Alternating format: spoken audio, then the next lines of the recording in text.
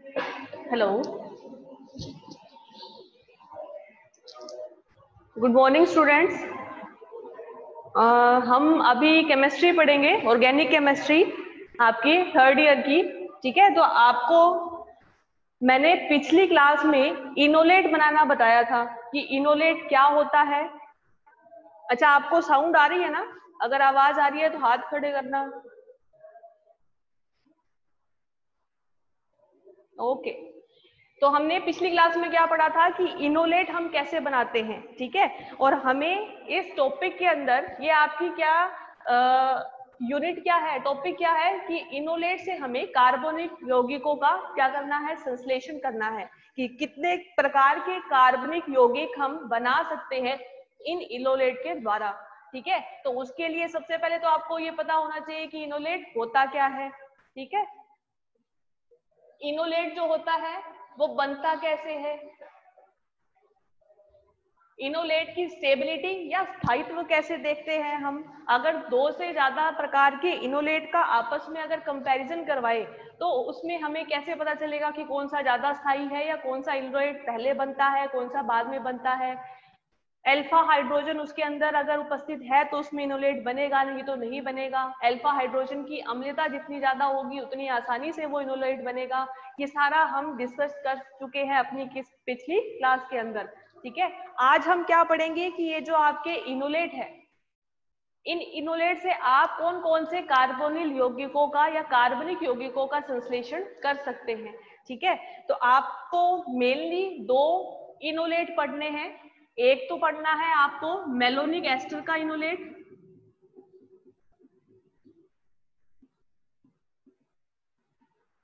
ठीक है, और एक पढ़ना है आपको एसिटो एसिटिक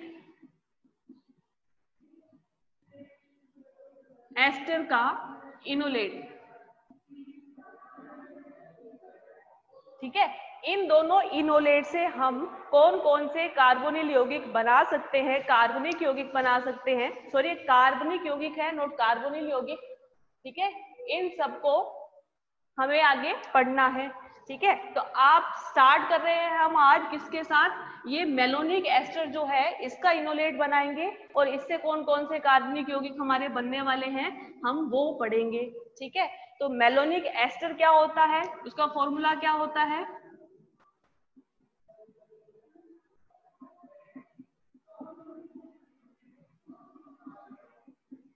ये होता है हमारा मेलोनिक एस्टर। ठीक है, इसका इनोलेट कैसे बनाते हैं, इसके अंदर हमें देखना है कि अल्फा हाइड्रोजन ऐसा जो कि बड़ी आसानी से बाहर निकल जाए।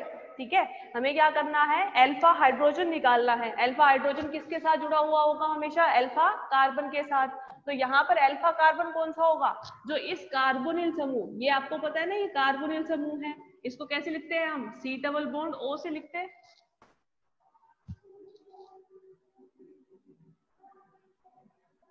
इसको कैसे लिखते हैं, C double bond O, O C2H5, है ना। यहाँ पर क्या है, मेलोनिक एस्टर के अंदर ये दो क्या है, कार्बोनिल ग्रुप है, कार्बोनिल समूह है। ठीक है, ये जो दोनों समूह है इनसे अल्फा कार्बन के ऊपर जो हाइड्रोजन जुड़ा हुआ है, इन दोनों का अल्फा कार्बन कौन सा है, ये है। इसके ऊपर जो भी हाइड्रोजन जुड़ा हुआ होगा वो अगर बाहर निकलता है, ठीक है, तो इससे जो इनोलेट बनेगा वो सबसे ज्यादा स्थायी होगा। इसमें से क्या होगा, हमने कल वाली क्लास में पढ़ा था कि इसमें से एक हाइड्रोजन बाहर निकल जाता है। ठीक है, और इस पे क्या आ जाता है, H+ बाहर निकलता है, इसके ऊपर क्या आता है, नेगेटिव चार्ज आता है। तो ये क्या बन जाएगा, हमारा इनोलेट बन जाएगा। किसका बन जाएगा, मेलोनिक एस्टर का बन जाएगा। और ये जो हाइड्रोजन है या H+ है, ये किसकी उपस्थिति में बाहर निकलता है, ये भी पढ़ा था हमने कल कि कोई भी H+ निकालने के लिए हम क्या करते हैं, कोई ना कोई बेस या क्षार यूज करते हैं। ठीक है, क्षार क्या करता है, H+ को बड़ी आसानी से निकाल देता है और हमारा इस स्पीसीज के ऊपर क्या आ जाता है, नेगेटिव चार्ज आ जाता है और इसे ही हम क्या कहते हैं, इनोलेट कहते हैं। ठीक है, अगर आपसे ये क्वेश्चन पूछे कि ये जो मेलोनिक एस्टर है, ये जो मेलोनिक एस्टर का ये जो इनोलेट बनाया है आपने, इसका ये स्थायी है या नहीं है, ठीक है, तो वो आप कैसे बताओगे। किसी भी कार्बनिक यौगिक का स्थायित्व आप किन किन प्रॉपर्टीज के बारे के कंपैरिजन से बता सकते हैं, वो क्या कौन कौन सी होती है। एक होता है आपका प्लस आई इफेक्ट, ठीक है, इंडक्टिव इफेक्ट जिसे कहते हैं, या मीजोमेरिक इफेक्ट जो प्लस एम और माइनस एम दोनों होता है। इंडक्टिव इफेक्ट प्रेरण प्रभाव जो होता है वो प्लस में भी होता है माइनस में भी होता है, ठीक है। मिजोमेरिक इफेक्ट प्लस में भी होता है माइनस में भी होता है। एक रेजोनेटिंग इफेक्ट होता है, अनुनादी जिसमें संरचनाएं बनती हैं, ठीक है। इन सभी के आधार पर हम ये बताते हैं कि जो कार्बोनिल यौगिक है या कार्बनिक यौगिक है जितने भी, उनका स्थायित्व कितना है, किसका स्थायित्व कम है या किसका स्थायित्व ज्यादा है, वो क्या होता है, इनके बेस पर ही हम हमेशा बताते हैं, ठीक है। यहाँ पे ये हमारा जो बना है मेलोनिक एस्टर का इनोलेट, इसका अगर हमें स्थायित्व बताना है कि ये स्थायी है या नहीं है, तो वो हम कैसे बताएंगे, ये देखेंगे, ये चेक करेंगे इसके अंदर कि इसके अंदर इसकी कोई अनुनादी संरचना बन रही है या नहीं बन रही है, ठीक है। तो इसके अंदर आपको देखना है कि अनुनादी संरचना बनती है या नहीं बनती है। आप खुद देखो कि ये जो कार्बन है इसके ऊपर क्या है, नेगेटिव चार्ज है। ये नेगेटिव चार्ज क्या हो सकता है, डीलोकलाइज हो सकता है, विस्थानीकृत हो सकता है, ठीक है। और ये किसकी तरफ जा सकता है, इधर भी जा सकता है इन दोनों कार्बन के बीच में, और इधर भी जा सकता है इन दोनों कार्बन के बीच में, ठीक है। अगर ये नेगेटिव चार्ज के इलेक्ट्रॉन इन दोनों कार्बन के बीच में आते हैं तो यहाँ पे क्या बन जाएगा, डबल बॉन्ड बन जाएगा, ठीक है।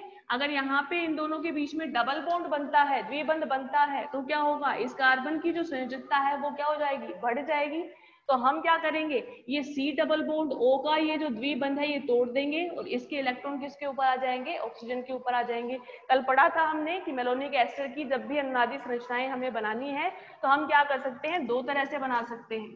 कैसे बना सकते हैं, एक तो ये कि इसका ये जो कार्बन का नेगेटिव चार्ज है इसको डिलोकलाइज कर दे किस, इस कार्बोनिल समूह की तरफ, या फिर दूसरा बना सकते हैं कि इस कार्बन के जो ये इलेक्ट्रॉन है दोनों, इनको डीलोकलाइज कर दे किसकी तरफ, इस कार्बोनिल यौगिक की तरफ, ठीक है। तो हमारे पास दो अनुनादी संरचनाएं बनती है, एक तो बनेगी ये,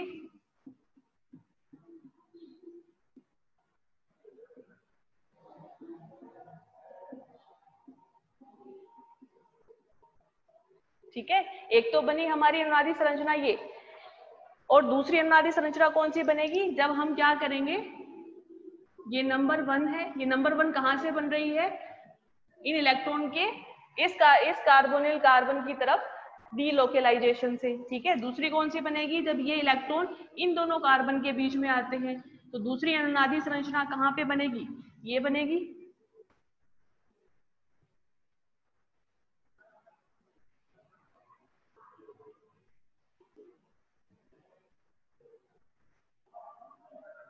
ठीक है। तो अगर आपको क्वेश्चन ये पूछा जाए कि जो मेलोनिक एस्टर का इनोलेट बनता है वो स्थायी होता है या नहीं होता है, तो वो हम कैसे देखेंगे, उसकी अनुनादी संरचनाएं बनाकर देखेंगे कि अगर अनुनादी संरचनाएं हमारी बन रही है तो वो क्या होगा, स्थायी होगा, ठीक है। यहाँ पर अगर अनुनादी संरचनाएं बन रही है तो ये क्या होगा, स्थायी होगा। अच्छा, हमने ये चीज भी देखी कि ये जो इलेक्ट्रॉन है ये हमेशा ऑक्सीजन की तरफ ही क्यों जाते हैं, क्यों, क्योंकि ऑक्सीजन जो होता है वो ज्यादा इलेक्ट्रॉन नेगेटिव होता है। ऑक्सीजन की विद्युत ऋणात्मकता इस कार्बन की जगह या इस कार्बन की तुलना में क्या होती है, ज्यादा होती है।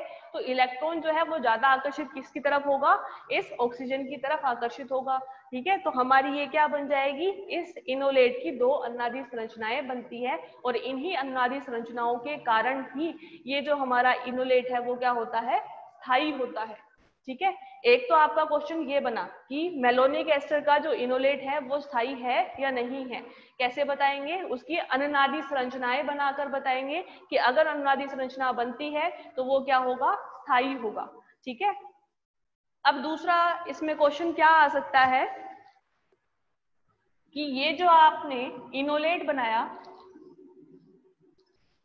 इस इनोलेट से हम और कौन से कार्बनिक यौगिक है जिनका संश्लेषण कर सकते हैं, यही हमारा क्या है, असली टॉपिक है। क्या करना है हमें, इस मेलोनिक एस्टर के इनोलेट से अलग अलग कार्बनिक पदार्थ बनाने हैं, ठीक है। जैसे ये आपने ले लिया मेलोनिक एस्टर,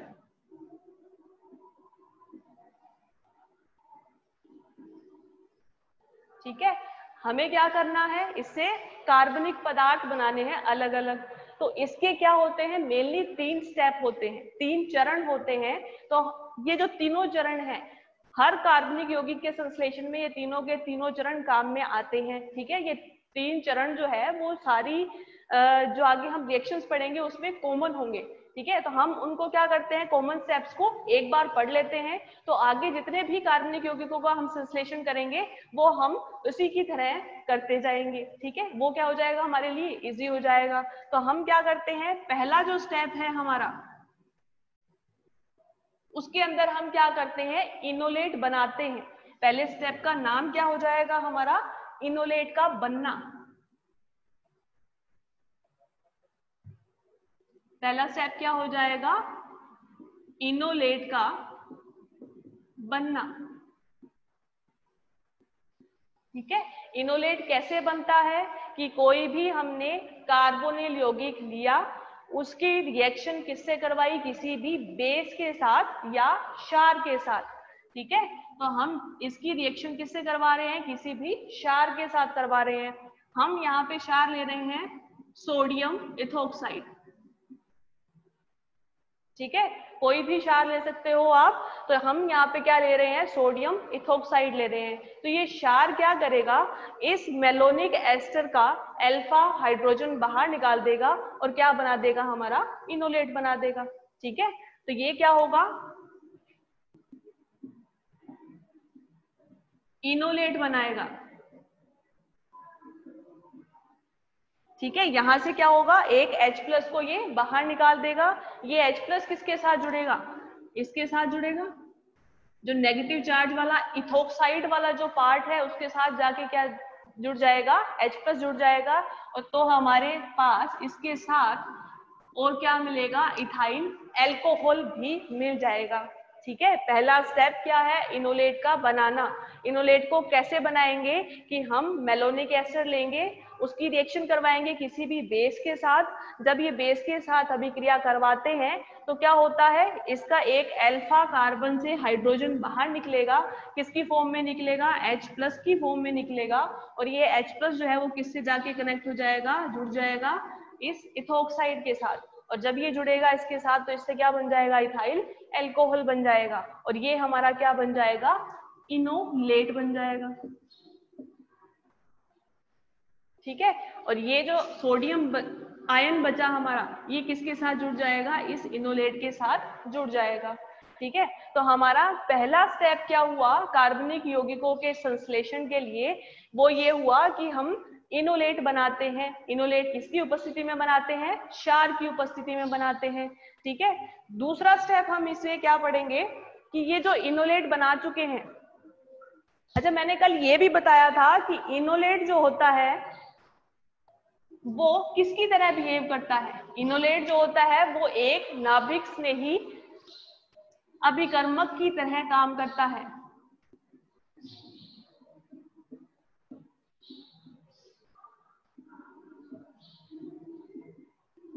अब ये तो आपने फर्स्ट ईयर में पढ़ा होगा कि नाभिक स्नेही अभिकर्मक क्या होता है, जिसके खुद के ऊपर क्या होता है, नेगेटिव चार्ज होता है। ठीक है, और जो किस पे जाके अटैक करता है, जिसके ऊपर पॉजिटिव चार्ज हो, या किसकी तरफ आकर्षित होता है, नाभिक की तरफ। ठीक है, नाम से ही पता चल रहा है नाभिक स्नेही है, नाभिक की तरफ आकर्षित होगा। और अगर नाभिक की तरफ आकर्षित हो रहा है मतलब पॉजिटिव चार्ज की तरफ आकर्षित होगा। ठीक है, तो ये इनोलेट क्या करता है, एक तरह से नाभिक स्नेही अभिकर्मक की तरह काम करता है। ठीक है, अगर ये नाभिक स्नेही है तो इसको हम शॉर्ट में कैसे लिखते हैं, Nu- से लिखते हैं। ठीक है, इनोलेट जो है वो क्या करता है, एक नाभिक स्नेही की तरह काम में आता है। ठीक, तो हमारा जो स्टेप सेकंड है वो क्या है, वो है इन इनोलेट का एल्कीलीकरण करना। ठीक है, सेकंड जो स्टेप है वो क्या होता है, इनोलेट का एल्कीलीकरण।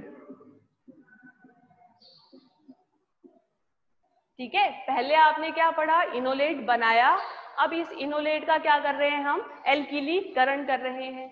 इनोलेट का एल्कीलीकरण करने के लिए हम क्या करेंगे, ये जो आपका नाभिक स्नेही बना, इनोलेट बना, इसकी रिएक्शन किससे करवाएंगे, किसी इलेक्ट्रॉन डेफिशिएंट कंपाउंड से करवाएंगे। इलेक्ट्रॉन डेफिशिएंट कंपाउंड का मतलब क्या है कि ऐसा यौगिक जिसके पास इलेक्ट्रॉन की कमी हो।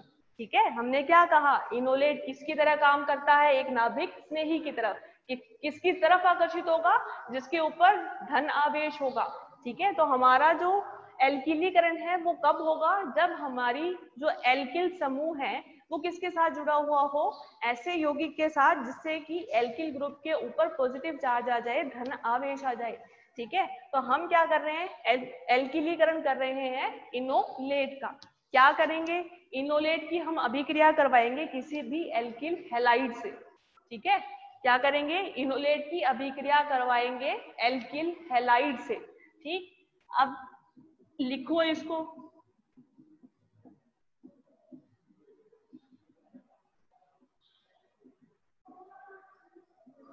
ये तो हमारा क्या है, इनोलेट है। ठीक है, इसकी अभिक्रिया किससे करवानी है हमें, एल्किल हैलाइड से। मान लिया हमने क्या ले लिया, एथिल ब्रोमाइड ले लिया। ठीक है, ये क्या है हमारा, एथिल ब्रोमाइड है। ठीक है, C2H5Br क्या है, एथिल ब्रोमाइड।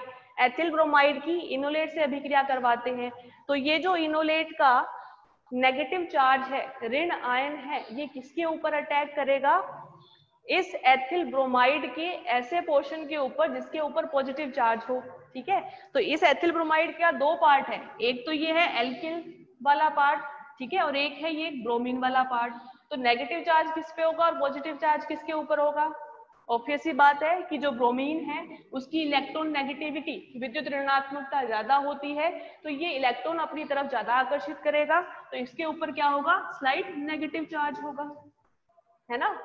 और ये जो एल्किल वाली चेन है इसके ऊपर क्या होगा, स्लाइट पॉजिटिव चार्ज होगा। ठीक है, तो एल्किलीकरण जब भी हम करेंगे तो हम क्या करेंगे, ये जो इनोलेट का ये जो नेगेटिव चार्ज है ये किस पे जाके अटैक करेगा, इस एल्किल समूह के ऊपर जाके अटैक करेगा, एल्किल वाले कार्बन के ऊपर जाके अटैक करेगा, और यहाँ से ये जो Br- है ये बाहर निकल जाएगा। ठीक है, और ये जो Br- बाहर निकलेगा ये किसके साथ जुड़ जाएगा, इस सोडियम के साथ जुड़ जाएगा। तो इस रिएक्शन में हमारे पास बाहर क्या निकलेगा, NaBr, सोडियम ब्रोमाइड बाहर निकल जाएगा, और क्या होगा, ये जो हमारा इनोलेट था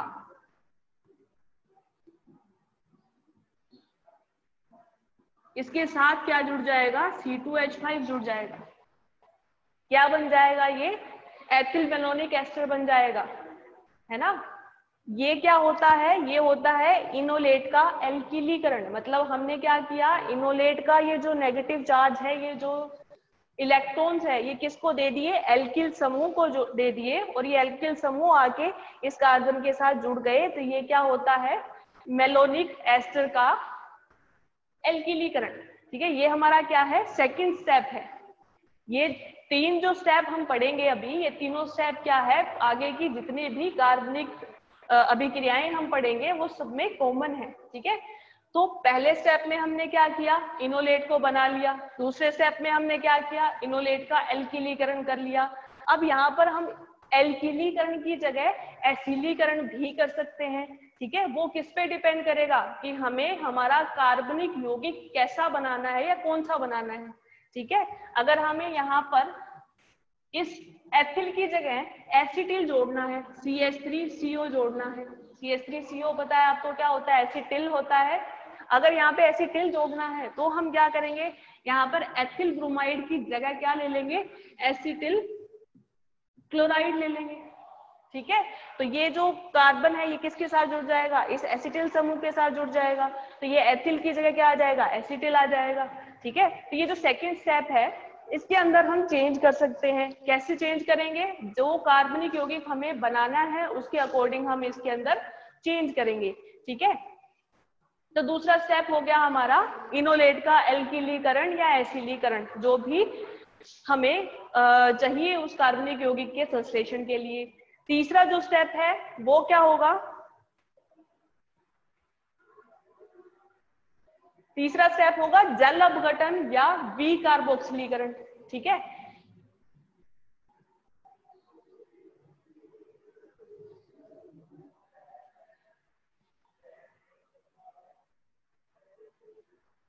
हमने क्या किया, एल्किलीकरण किया जब भी इस एस्टर का, तो हमारे पास क्या आ गया, ये एथिल मेलोनिक एस्टर आ गया। ठीक है, क्या आ गया, एथिल मेलोनिक एस्टर। तो अब हमारा जो स्टेप 3 है वो क्या करेगा, इस एस्टर का जल अपघटन करेगा। ठीक है, क्या करेगा, जल अपघटन, हाइड्रोलिसिस। और बी कार्बोक्सिलीकरण, बी कार्बोक्सिलीकरण का मतलब क्या है कि जब भी हम एसिड को या अम्ल को हीट करते हैं, गर्म करते हैं, तो उससे क्या होता है, एक CO2 का अणु बाहर निकल जाता है। ठीक है, तो वो क्या होता है, बी कार्बोक्सिलीकरण।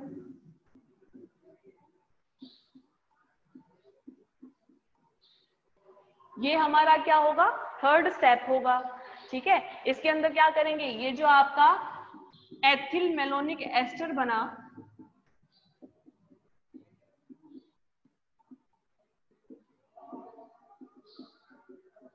इसका हम क्या करवा देंगे, जल अपघटन करवा देंगे। अच्छा, आपको ये पता है कि एस्टर का जल अपघटन करवाते हैं तो क्या बनता है उससे, पता है ना आपको, ये फर्स्ट ईयर सेकेंड ईयर में पढ़ा है कि एस्टर का जब भी हम जल अपघटन करवाते हैं तो एक एसिड बनता है और एक एल्कोहल बनता है। ठीक है, दो चीजें बनती हैं। तो यहाँ पे इसका अगर हम जल अपघटन करवाएंगे, दो जल के अणु अगर हम लेंगे, तो यहाँ पे क्या बन जाएंगे, जब भी हम क्या करेंगे, एसिडिक मीडियम के अंदर जल के अणु लेंगे, तो ये क्या करेगा, ये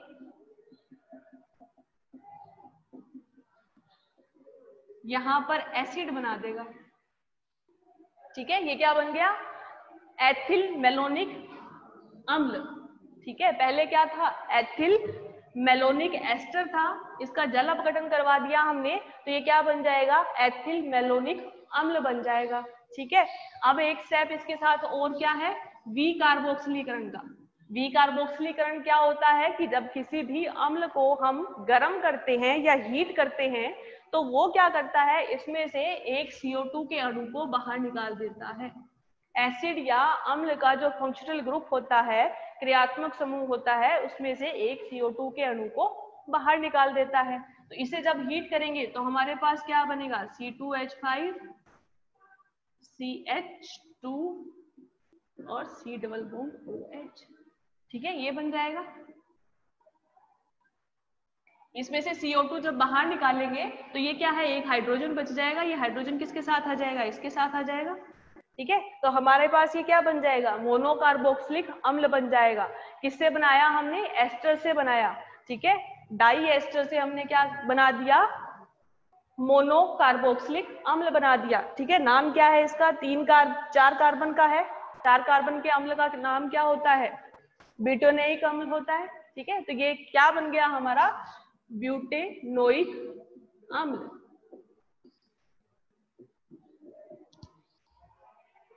ठीक है, आपका जो इनोलेट से कार्बनिक यौगिकों का संश्लेषण करना है, उसके अंदर मेनली 3 स्टेप होते हैं। 3 स्टेप कॉमन है सब जगह। ठीक है, पहला स्टेप क्या था कि आपको इनोलेट बनाना है। ठीक है, इनोलेट बनाने के बाद में आपको क्या करना है, आपका जो भी आपको कार्बोनिल यौगिक बनाना है, कार्बनिक यौगिक बनाना है, उसके अकॉर्डिंग आपको एल्किल समूह लेना है, वो जो आपका इनोलेट है उसका एल्किलीकरण करना है। और तीसरे स्टेप के अंदर क्या करना है, हमें जल अपघटन करवाना है और वी कार्बोक्सिलीकरण करवाना है। ठीक है, अगर हमें क्या करना है, सिर्फ ये डाई कार्बोक्सिलिक अम्ल ही बनाना है, तो हम ये नेक्स्ट वाला स्टेप नहीं करेंगे। इस डाई कार्बोक्सिलिक अम्ल को हम गर्म नहीं करेंगे, तो ये रिएक्शन क्या है, यहाँ पर आके रुक जाएगी। ठीक है, लेकिन अगर हमें मोनो कार्बोक्सिलिक अम्ल चाहिए तो हम क्या करेंगे, इसको हीट करेंगे। हीट करने से क्या होगा, एक CO2 बाहर निकल के हमारे पास क्या आ जाएगा, मोनो कार्बोक्सिलिक अम्ल बन जाएगा। ठीक है, मोनो कार्बोक्सिलिक अम्ल का मतलब क्या होता है कि कार्बोक्सिलिक अम्ल या COOH समूह जो है वो हमारे पास कितना है, सिर्फ एक है। ठीक है, मोनोकार्बोक्सिलिक अम्ल क्या है कि COOH जो है वो हमारे पास सिर्फ एक है।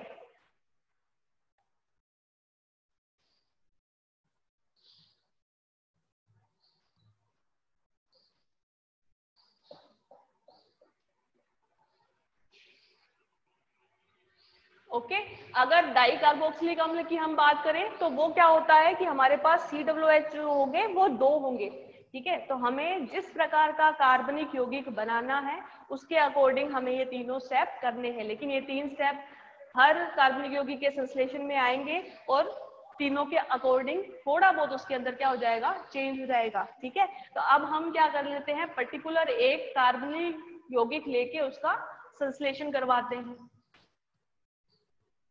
जैसे पहला हम क्या करवाएंगे कि कोई भी मेलोनिक एस्टर है, हमें मेल नहीं पढ़ने क्या है, 2 ही चीजें पढ़नी है, एक तो हमारा मेलोनिक एस्टर और एक एसिटो एसिटिक एस्टर, 2 ही कंपाउंड से हमें क्या करना है, अलग अलग कार्बनिक यौगिक बनाने सीखने हैं। इस टॉपिक के अंदर सिर्फ यही है कि एक आपको मेलोनिक एस्टर लेना है, एक एसिटो एसिटिक एस्टर लेना है, इन दोनों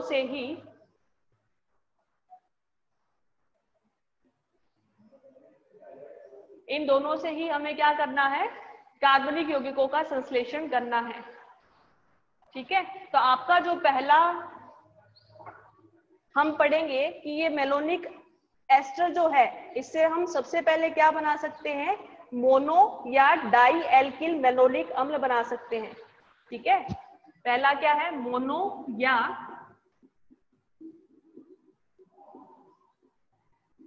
डाई एल्किल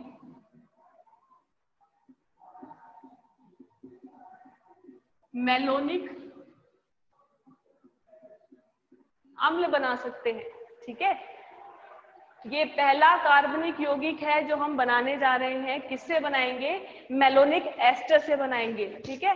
तो क्या है, मोनो और डाई एल्किल मेलोनिक अम्ल बनाना है हमें, ठीक है। तो आपका पहले वही स्टेप फर्स्ट चलेगा। स्टेप फर्स्ट के अंदर क्या होगा कि हम क्या करेंगे, इनोलेट बनाएंगे, ठीक है। इनोलेट किसका बनाएंगे, मेलोनिक एस्टर का बनाएंगे, किसकी उपस्थिति में बनाएंगे, किसी भी बेस की उपस्थिति में बनाएंगे, ठीक है। तो यहां पर हमारे पास क्या बनेगा,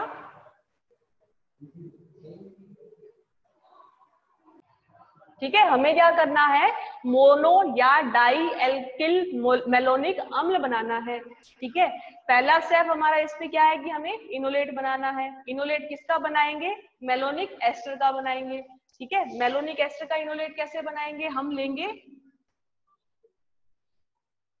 सोडियम एथोक्साइड, तो ये क्या करेगा, इसका H+ निकालेगा और यहाँ पर हमारा क्या बन जाएगा, ये इनोलेट,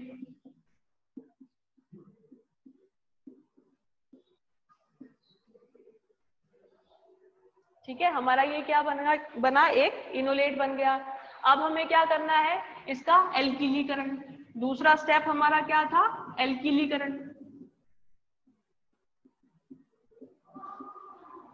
ठीक है। तो हमें इसका क्या करना है, एल्किलीकरण करना है। एल्किलीकरण कैसे करेंगे, कोई भी एल्किल हैलाइड ले लेंगे, जैसे हमने ले लिया मेथिल आयोडाइड, ठीक है। मेथिल आयोडाइड की रिएक्शन करवाएंगे तो क्या होगा, ये इसके साथ जुड़ जाएगा और I- बाहर निकल जाएगा, ठीक है। और ये क्या बन जाएगा, NaI, और हमारे पास क्या मिलेगा,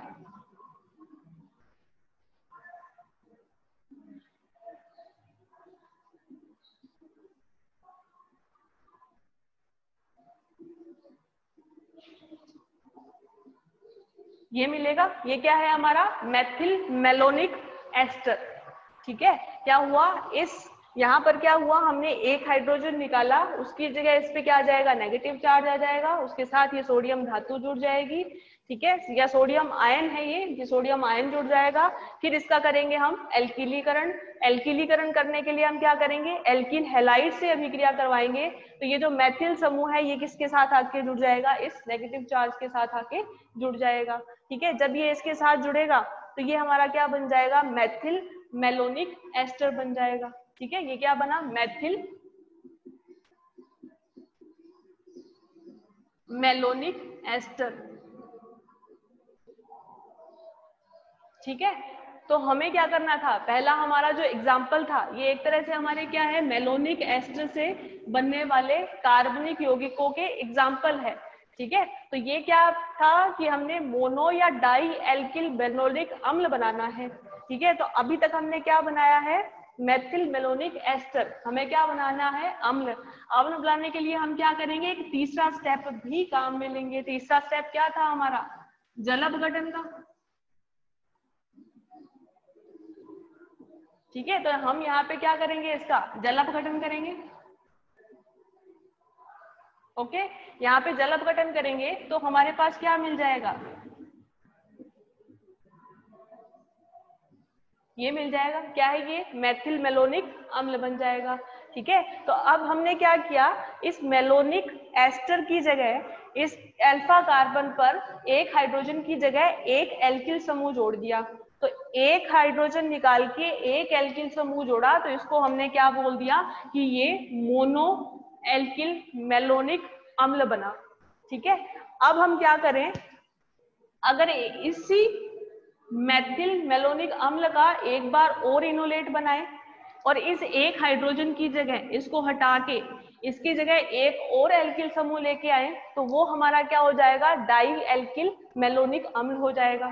ठीक है, कैसे होगा कि अगर हमने ये लिया, ये जो आपका जल अपघटन वाला स्टेप है ये हम बाद में करवा देंगे। अगर हमें क्या करना है, ये तो क्या बना, मोनो एल्किल मेलोनिक अम्ल बन गया। ठीक है, दूसरा हमें क्या बनाना है, डाई एल्किल मेलोनिक अम्ल। ठीक है, तो उसके लिए हम क्या करेंगे,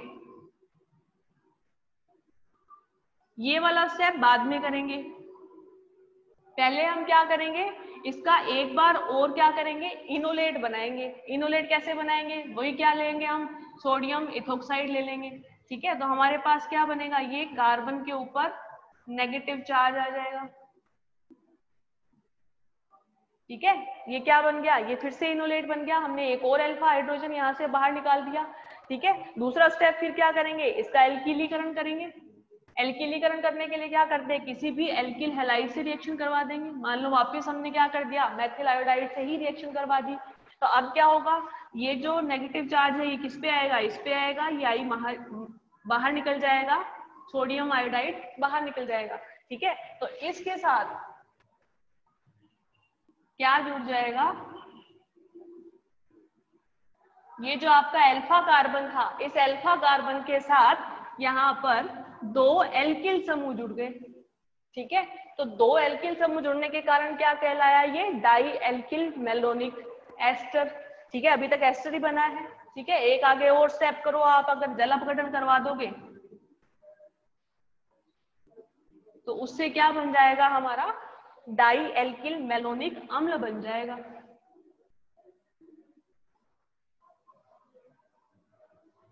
ठीक है, ये हमारा क्या बन जाएगा, डाई एल्किल मेलोनिक अम्ल बन जाएगा।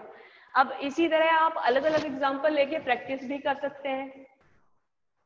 ठीक है, ये टॉपिक का एक पार्ट था हमारा कि हमने क्या लिया, मेलोनिक अम्ल लिया। मेलोनिक अम्ल से हमने क्या बनाया, इनोलेट बनाया, और इस इनोलेट से अलग अलग कार्बनिक यौगिकों का हम क्या करेंगे, संश्लेषण करेंगे। ठीक है, उसके हम अलग अलग एग्जांपल्स पढ़ने वाले हैं। उसमें पहला एग्जांपल क्या था कि हमने मोनो या डाई एल्किल मेलोनिक अम्ल बनाना था। ठीक है, मेन क्या होते हैं, 3 स्टेप होते हैं। कौन कौन से होते हैं, सबसे पहले हमें क्या करना होता है, इनोलेट बनाना होता है। इनोलेट किसकी उपस्थिति में बनाते हैं हम, किसी भी क्षार की या बेस की उपस्थिति में बनाते हैं। दूसरा स्टेप क्या होता है, उसका एल्किलीकरण करना होता है। एल्किलीकरण जो होता है वो किसकी उपस्थिति में करवाते हैं, किसी भी एल्किल हैलाइड या एसिल हैलाइड की उपस्थिति में करवाते हैं।